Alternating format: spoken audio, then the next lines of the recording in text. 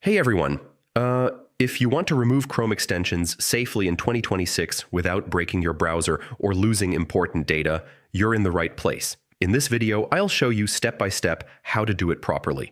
First, open the extension manager inside Google Chrome. This is where all installed extensions are listed and managed. Next, identify unused or suspicious extensions.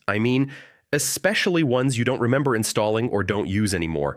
Now check extension permissions before removing anything. This helps you understand what access each extension has to your data and websites. After that, click the Remove button to safely uninstall the extension. This fully deletes it from your browser. Next, restart your browser. This clears any active processes still running in the background. If your browser still feels slow, clear cache and leftover data. Old extension files can sometimes remain behind. Finally, review your remaining extensions. Keep only the ones you actually need to improve speed and security.